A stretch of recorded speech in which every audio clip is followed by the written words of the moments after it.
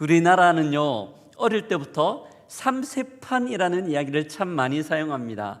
단판의 모든 것들을 끝내지 않고 3번 정도는 기회를 준다는 의미예요. 게임을 할 때도 그래요. 아이들이 어릴 때 가위바위보 게임을 많이 하는데요, 한 판에 끝내지 않죠.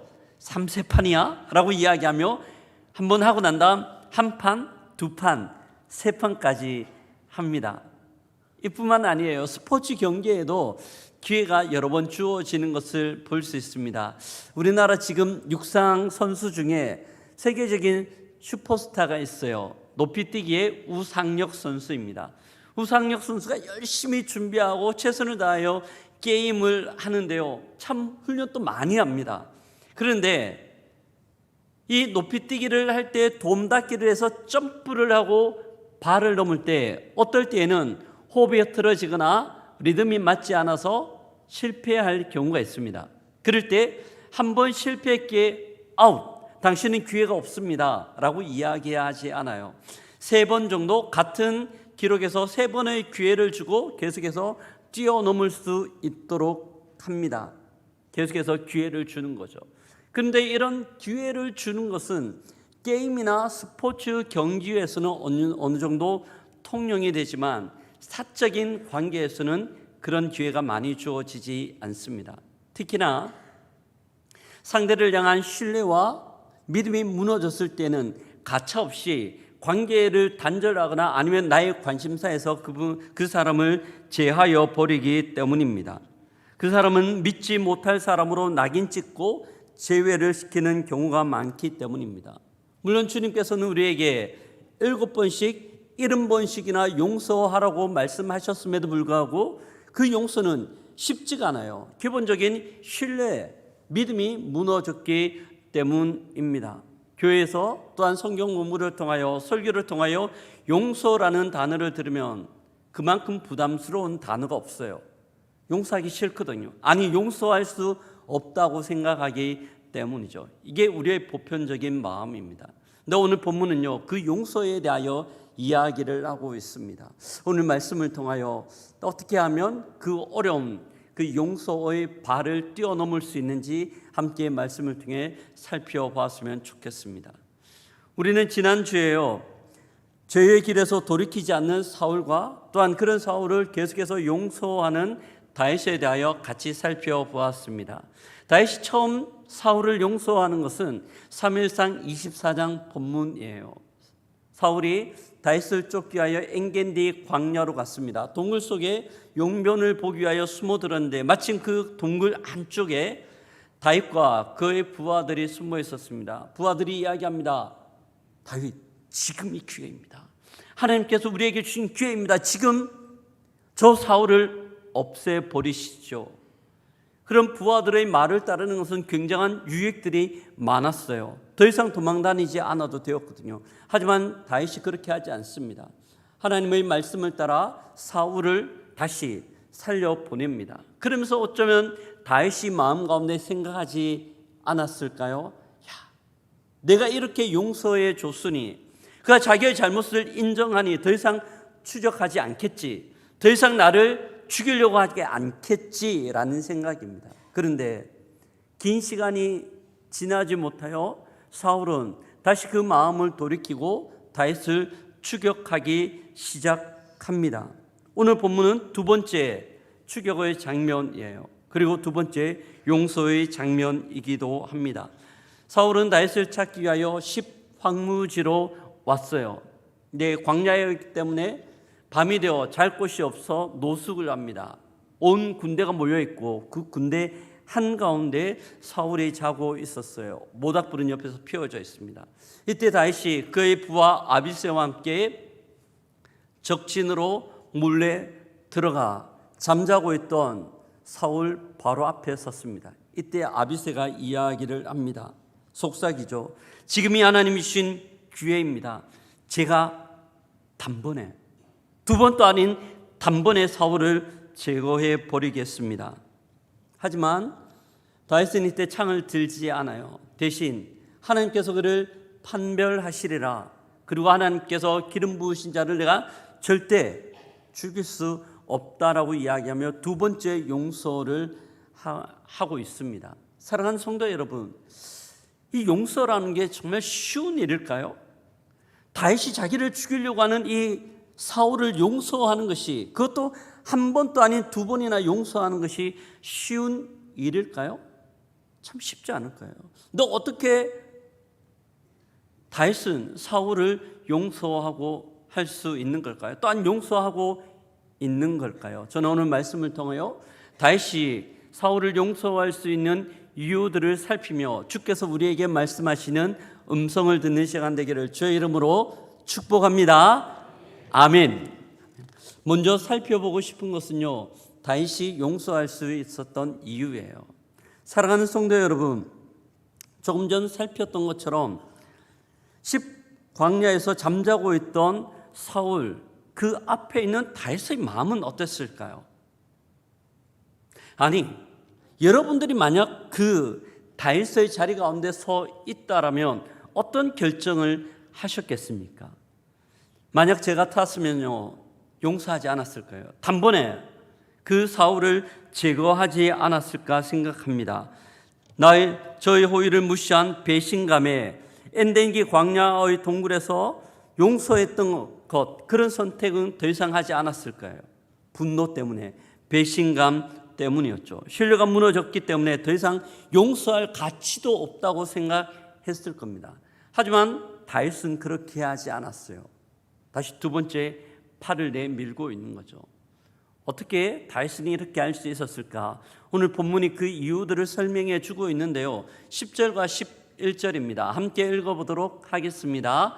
다윗이 또 이르되 여호와께서 살아계심을 두고 맹세하노니 여호와께서 그를 치시리니 혹은 죽을 날이 이르거나 또는 전장에 나가서 망하리라. 내가 손을 들어 여호와의 기쁨을 받는 자를 치는 것을 여호와께서 금하시나니 너의 머리 곁에 있는 창과 물병만 가지고 가자 하고.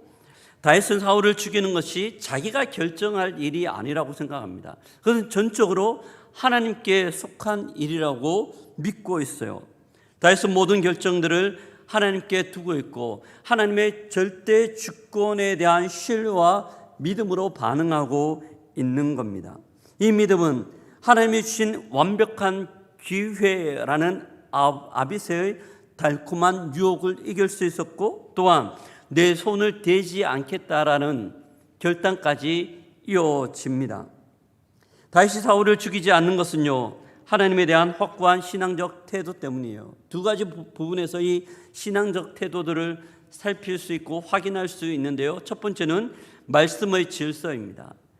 다윗이 사울을 죽이지 않았던 것은요, 하나님께서 기름 부음 받을 자를 내가 절대 칠 수 없다라는 하나님의 말씀의 기준이 있었기 때문입니다. 다윗은 자기의 여러 가지 생각들이 있었지만 철저하게 말씀의 기준 가운데 자기의 생각들을 두고 있습니다. 말씀의 기준 아래에 자기가 서고 있는 거죠. 두 번째로는요, 심판의 위임이에요. 오늘 본문에 보면 다윗은 자신이 사울을 죽이지 않습니다. 사울에 대한 심판은 철저하게 하나님께 있고 하나님의 몫이라고 생각했기 때문입니다. 10절에서 이야기하죠. 여호와께서 그를 치시리니, 여호와께서 그를 치시리니, 그가 칠 수 있는 상황이고 환경이고 기회임에도 불구하고 그렇게 생각하지 않아요. 여호와께서 치겠다라는 믿음으로 자기의 모든 심판을 주께 위임하고 있는 겁니다. 우리가 한 번씩요, 법정에서 일어나는 일들을 직접 경험하는 경우는 없을 겁니다. 하지만 TV에서 드라마나 뉴스를 통해 법정에서 일어나는 많은 경우들을 보게 됩니다. 법정에 보면 가장 중앙의 자리에 재판장이 앉아 있습니다. 그리고 모든 선고는 재판장의 판결문에 의하여 이루어집니다. 근데 방청석에 앉아 있는 사람들이 자기가 억울하거나 아니면 그게 아니다라고 생각하고 큰 소리를 칠 수도 있죠. 하지만 그 큰 소리를 친다고 해서 그 소리가 재판의 결과에 영향력을 미칠 수는 없어요. 재판석에 있는 그 재판장의 최종 결론이 그 모든 결과를 판결하기 때문입니다. 오늘 본문에서는요, 다윗은 방청석 가운데 앉아 있습니다. 그는 자기의 방청석의 자리를 뛰어넘어서 재판장이 앉아 있는 그 자리에 나가 그 자리에 앉지 않아요. 그 자리는 하나님의 것, 하나님의 자리라고 생각하기 때문입니다. 이것을 단적으로 보여주는 것이요, 시편 54편이에요.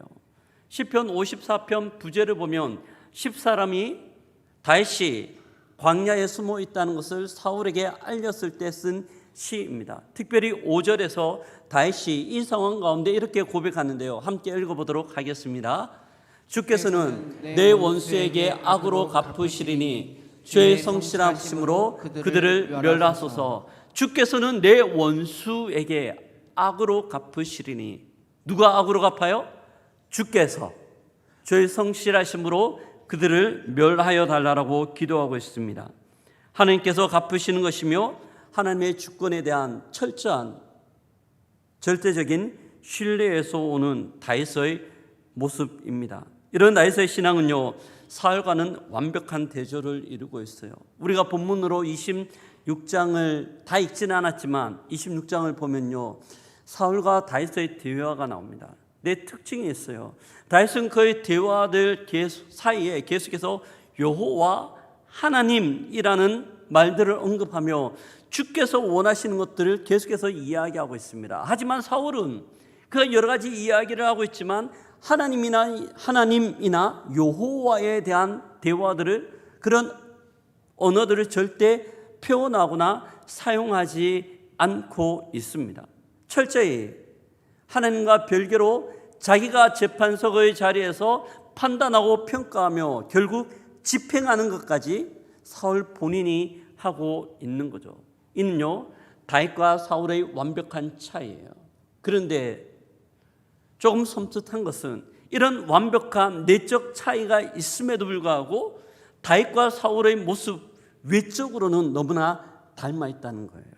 이들의 외적 모습은요, 하나님께 제사 지내기도 하고, 또한 어려운 순간이 있을 때 제사장 아니면 선지자 아니면 선지자를 찾아가기도 합니다. 사무엘을 찾아가서 앞으로 어떤 일이 일어날지 어떻게 결정해야 하는지 묻고 있기 때문이죠. 무서운 것은 이런 다윗과 사울의 내적 차이에도 불구하고 외적 모습은 너무나 닮아 있다는 겁니다. 사랑하는 성도 여러분, 이런 사울의 모습은요, 우리에게 시사하는 바가 너무나 큽니다. 우리의 모습들을 한번 볼까요? 우리 또한 외적으로는 다윗과 사울처럼 하나님을 너무나 잘 섬기고 있어요.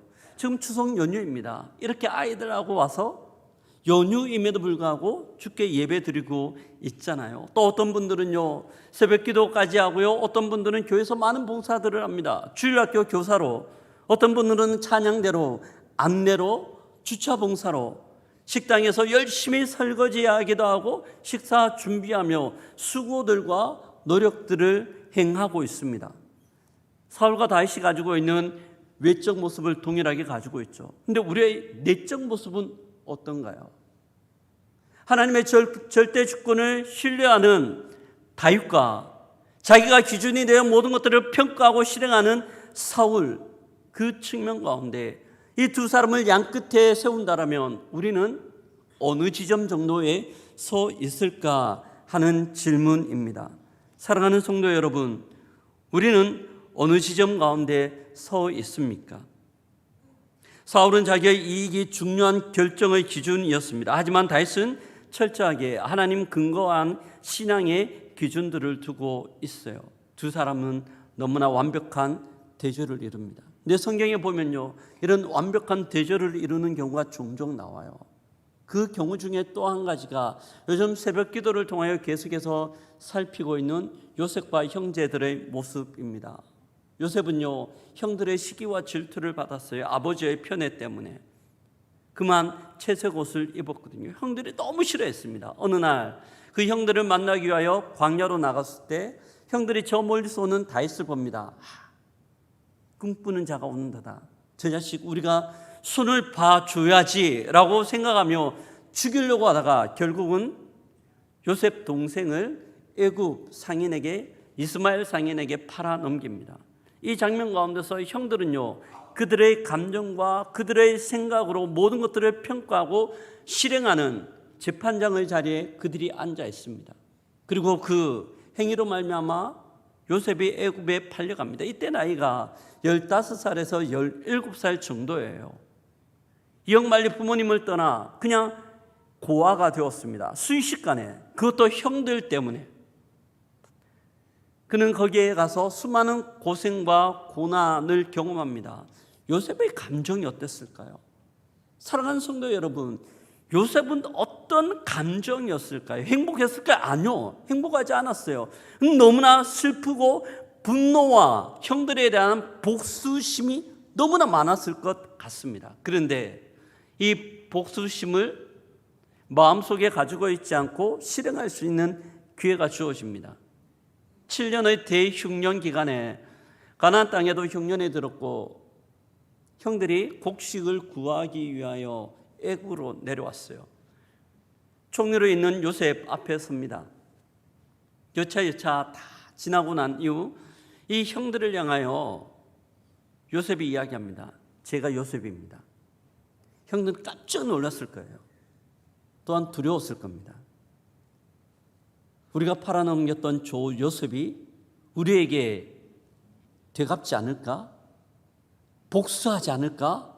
우리를 벌하면 어떨까? 어쩔 수 없죠. 그들은 잘못을 했으니까, 아무 힘도 없으니까, 요셉은 모든 권력을 갖고 있으니까요.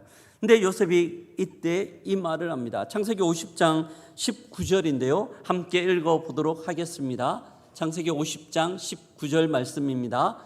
요셉이 그들에게 이르되 두려워하지 마소서, 내가 하나님을 대신하리이까. 다시 한 번만 더 읽을까요? 요셉이 그들에게 이르되 두려워하지 마소서, 내가 하나님을 대신하리이까. 두려워하지 마십시오. 두려워하지 마십시오. 내가 하나님을 대신할 수 있겠습니까? 하나님을 대신할 수 없다는 이야기죠. 그는 충분히 권력도 있고 힘도 있었음에도 불구하고 하나님의 자리, 그 자리에 앉지 않습니다.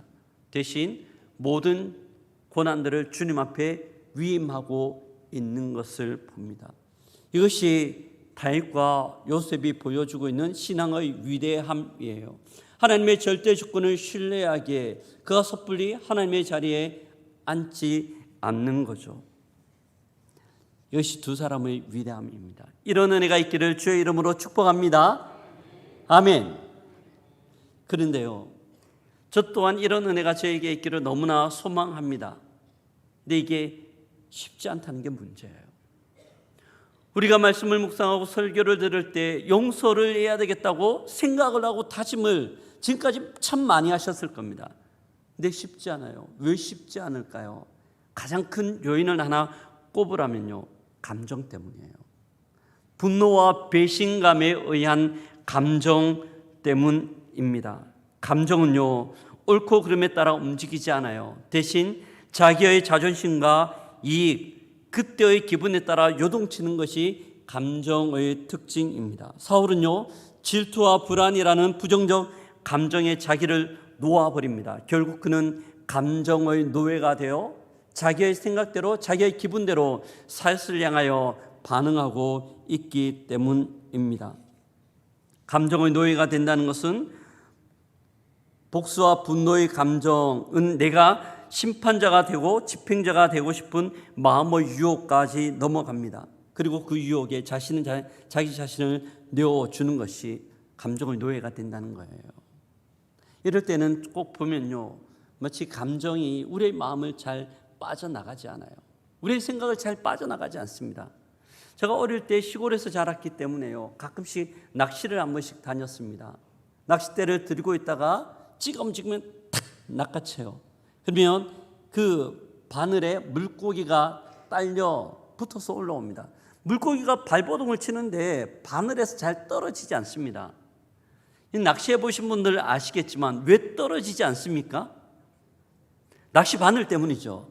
내 낚시 바늘이 갈퀴처럼 이렇게 되어 있지만 더 특이한 게 있어요. 저 끝에 보면 갈퀴가 있습니다. 저 갈퀴 때문에 한번 입에 끼워졌을 때 절대 떨어지지 않는 거예요. 우리의 감정에도 이런 갈퀴가 있습니다. 왜 나만 손해보아야 하지? 내 상처난 이 감정은 누가 치유해 주지? 나만 왜 이렇게 아파해야 되는 거야? 이런 감정의 갈퀴들이 우리의 마음을 딱 걸어서 절대 빠져나오지 않는 거예요. 그래서 우리는 감정의 노예가 됩니다. 이 감정의 무한 루프 가운데 빠지는 거죠. 이런 감정이 복수를 하요. 그러면 복수는 복수로 그치지 않고 복수가 또 다른 복수를 갖고 복수의 무한 루프 가운데 빠지게 됩니다. 사랑하는 성도 여러분, 이런 복수의 무한 루프 가운데 빠지면 누가 승자가 될까요? 누가 승자가 되겠습니까? 물론 누가 승자가 되는 사람 있을 수 있어요. 하지만 모든 사람들이 패자가 됩니다. 결국 남는 것은 그 마음의 상처와 아픔밖에 없기 때문입니다. 사람들은요, 분노와 복수의 감정에 대하여 내가 상대방에 채운 족쇄라고 착각합니다. 내가 그 사람한테 채운 족쇄라고 생각하죠. 그래서요, 그 사람이 벌을 받거나 아니면 그 사람이 상처를 입거나 그 사람이 손해를 보아야 그 족쇄로부터 자유로워진다라고, 비로소 징계를 받음으로 자유로워진다고 생각합니다. 하지만 사랑하는 성도 여러분, 우리가 용서하지 못하고 복수심에 사로잡힐 때 실제적으로 고통받는 것은요, 그 상대편이 아니라 평안을 잃어버리는 것은 누구일까요? 나 자신이에요. 나는 상대편의 족쇄를 치웠다고 생각하지만 진짜 족쇄를 차게 되는 것은 나라는 거죠. 복수심과 분노로 사로잡힐 때부터, 그때부터 나는 마음의 평안과 평정심을 잃어버리고 늘상 그 복수심에 사로잡혀 나의 일상을 살아가고 있기 때문입니다. 일상 가운데 누릴 수 있는 기쁨, 행복들은 다른 사람들의 이야기가 되는 겁니다. 이와 관련돼서 유명한 중국의 속담이 있어요. 복수를 위해 길을 떠날 때에는 두 개의 무덤을 준비하라는 속담입니다. 복수를 위해 길을 떠날 때는 두 개의 무덤이에요. 상대편 원수를 향한 한 개의 무덤과 함께 또한 나를 향한 무덤입니다.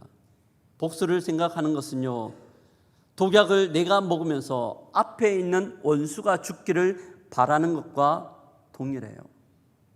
그 독약은 내가 먹고 결국 내가 죽기 때문입니다. 다윗은 사울의 창과 물병을 가지고 돌아온 후 아마 자유롭게 잠을 잤을 겁니다. 하지만 사울은 그때부터 마음의 불안과 두려움 가운데 평안을 찾지 못했을 겁니다. 저도 비슷한 경험이 있습니다. 정말 예전 사역 초기 때였어요. 제가 정말 믿었고 신뢰하였던 분에게 상처를 받았습니다. 너무 큰 상처였어요. 어쩌면 제가 꿈꾸고 있던 것들을 꿈을 포기해야 되는 상황의 상처였습니다. 근데 어느 정도 시간이 지나고 그분에게 축하할 일이 하나 생겼어요. 갈등이 있었습니다. 그 축하의 자리에 가야 되는가 말아야 되는가, 감정적으로는 가기 싫은 거예요. 내가 왜 가야 되나 라는 생각이 있던 중, 기도한 중에 하나님 강력하게 감동을 주셔서 그 축하의 자리 가운데 찾아갔습니다. 얼굴을 볼 때 그분도 놀라는 겁니다. 어색한 인사와 악수를 나누고 난 이후 축하한다고 말씀드리고 돌아왔습니다. 돌아오는 차 안에서 여러 가지 생각이 드는 거예요. 그리고 집에 도착해서 버스를 내려야 되는 정류장이었습니다. 벨을 누르고 버스를 내리려고 하는데 하나님께서 한 가지 마음을 주셨습니다. 인기야, 숙제 끝났다. 숙제 잘했다. 라는 감동과 감정이었습니다. 그때부터 제 마음 가운데는 자유함이 있었던 거죠. 사랑하는 성도 여러분, 다윗은요, 사람의 생명을 죽일 수 있는 심판의 창을 들지 않고요, 사울을 향하여 생명을 살릴 수 있는 물병을 들었습니다. 용서의 물병을 들었어요. 이것이 다윗의 위대함이라고 할 수 있습니다. 헤어나올 수 없는 상처의 악순환의 고리를 끊는 것은 용서입니다. 여러분은 이렇게 이야기할 수 있습니다. 어떤 분들은 내가 왜 그렇게 해야 됩니까? 내가 왜 그렇게 해야 되고 내가 왜 먼저 져야 합니까? 라고 이야기할 수 있습니다. 사랑하는 성도 여러분, 용서는요, 져야 한다는 감정의 패배가 아니에요. 우리가 기억해야 될 용서의 진정한 의미가 있습니다. 용서는 약자가 강자에게 어쩔 수 없이 취하는 모호한 모습도 아니고요, 관계의 어색함을 넘어가기 위한 미화된 처세술도 아닙니다. 사무엘상 26장을 보면 다윗이 사울을 용서하죠. 다윗이 사울이 무서워서 용서할까요? 아니면 힘이 없어서 용서할까요? 아니요. 다윗에게는 사울을 죽일 수 있는 강력한 힘이 있었어요. 그럼에도 불구하고 다윗이 사울을 용서하는 것은 더 높은 차원의 승리를 그가 원했기 때문입니다. 더 높은 차원의 승리를 다윗이 원했기 때문이에요. 그래서요, 용서란 것은요, 같이 자막을 한번 읽어봤으면 좋겠는데요. 용서란, 함께 읽습니다. 용서란 상대에게 보복해야 한다는 족쇄로부터 나 자신을 예방시키는 가장 용기 있는 믿음의 결단입니다. 다시 한 번만 더 읽어볼까요? 용서란 상대에게 보복해야 한다는 족쇄로부터 나 자신을 해방시키는 가장 용기 있는 믿음의 결단입니다. 이게 용서예요. 근데 이런 결단을 해야 되는 이유가 뭘까요? 단 한 가지입니다. 이 땅 가운데서요, 내가 왜 용서해야 되는데 라고 이야기할 수 있는 분은 딱 한 분밖에 없습니다. 우리 예수님이세요. 하지만 우리 예수님은 십자가에 못 박히시면서 내가 왜 용서해야 되는데 라고 말씀하지 않고 저들의 죄를 용서해 달라고 주께 기도하고 있습니다. 그러면서 그 주님은요, 우리에게 있는 수많은 죄들, 1만 달란트의 모든 죄들을 한순간에 탕감해 주셨습니다. 그리고 우리에게 100데나리온 빚진 자들을 향하여 용서의 손을 내밀라고 요청하고 있습니다. 하나님께서 갚으시는 것이며 하나님의 주권에 대한 절대 신뢰입니다. 이런 다윗의 신앙은 사울과 완벽한 대조를 이루며 또한 우리에게 여러 가지 교훈들을 허락해 주고 있습니다. 우리의 모든 선택의 순간 우리는 자기 이익과 또한 자기 감정에 따라 선택하는 것 아니라 하나님의 말씀에 따라 선택해야 돼요. 왜 그래요? 주께서 우리에게 이렇게 말씀하시거든요. 로마서 2장 19절에서 말씀합니다. 함께 읽어보겠습니다. 내 사랑하는 자들아, 너희가 친히 원수를 갚지 말고 하나님의 진노하심에 맡기라. 기록되었으되 원수 갚는 것이 내게 있으니 내가 갚으리라고 주께서 말씀하시니라. 아멘. 내가 갚으리라고 주께서 말씀하셨기 때문입니다. 하나님의 절대 주권을 신뢰할 때 그 신뢰하는 자만이 할 수 있는 위대한 결정이며 신앙의 결단이라고 볼 수 있습니다. 사랑하는 성도 여러분, 왜 우리가 그러면 이런 용서를 해야 될까요? 용서가 주는 유익이 무엇일까요? 이처럼 복음에 근거한 용기 있는 용서는 그 자체만으로도 강력한 힘을 가지고 있습니다. 다윗의 용서를 한번 볼까요? 다윗의 원수였던 사울은요, 다윗이 용서해 주었을 때 원수조차 자기의 잘못들을 철저하게 인정하고 있습니다. 울면서 다윗을 향하여 사울이 이야기하죠. 내가 잘못했다라고 이야기를 하고 있습니다. 물론 그 회개가 오래가지는 않지만 그는 자기의 잘못에 대하여 인정하고 있는 거예요. 용서는 상대방이 회개해야 할 수 있는 기회들을 계속해서 제공하는 겁니다. 돌이킬 수 있는 기회를 한 번 더 주는 거예요. 다윗이 사울을 향하여 창을 들지 않고 물병을 들었던 이유들은 그 하나님을 향한 신뢰들과 사울을 향하여 계속해서 용서의 기회들을 제공해 주는 겁니다. 주님이 우리에게 그렇게 하셨던 것처럼 우리 또한 그렇게 하라고 주님이 우리를 초청하고 있습니다. 말씀을 마무리합니다. 오늘 우리는요, 다윗의 용서에 대하여 함께 살펴보았습니다. 용서 쉽지 않습니다. 하지만 복음 안에 들어갈 때 우리는 거룩함으로 한 걸음 더 나아갈 수 있습니다. 이번 한 주가 추석이에요. 많은 친인척들을 만납니다. 오래간만에 만나니 너무 반가워요. 그런데요, 그 오래간만에 만나는 친인척들 중에 모든 사람들이 반가운 것만은 아닐 수 있습니다. 마음 가운데 불편함을 주는, 마음 가운데 껄끄러움을 주는 이들이 꼭 한두 명씩은 있기 때문입니다. 사랑하는 성도 여러분, 용서를 우리에게 말씀하신 그 주님의 말씀을 따라 우리가 그들을 향하여 창을 드는 대신 물병을 한번 들면 어떨까요? 우리가 먼저 다가가서요, 그간 잘 지냈어? 어떻게 지냈어? 이렇게 인사 건네는 그 말 한마디가 그들을 향하여 창이 아니라 물병을 드는 용서의 거룩한 발걸음이라고 생각합니다. 이번 한 주 명절 동안 지내시면서 많은 사람들을 만날 때 우리 가운데 있는 용서, 주께서 우리에게 보여주신 용서를 따라 그들을 사랑하고 또한 그들에게 주의 은혜를 흘려보낼 수 있는 용서의 통로, 또한 축복의 통로로 쓰임받는 우리 모두가 되기를 주의 이름으로 기도드립니다. 아멘.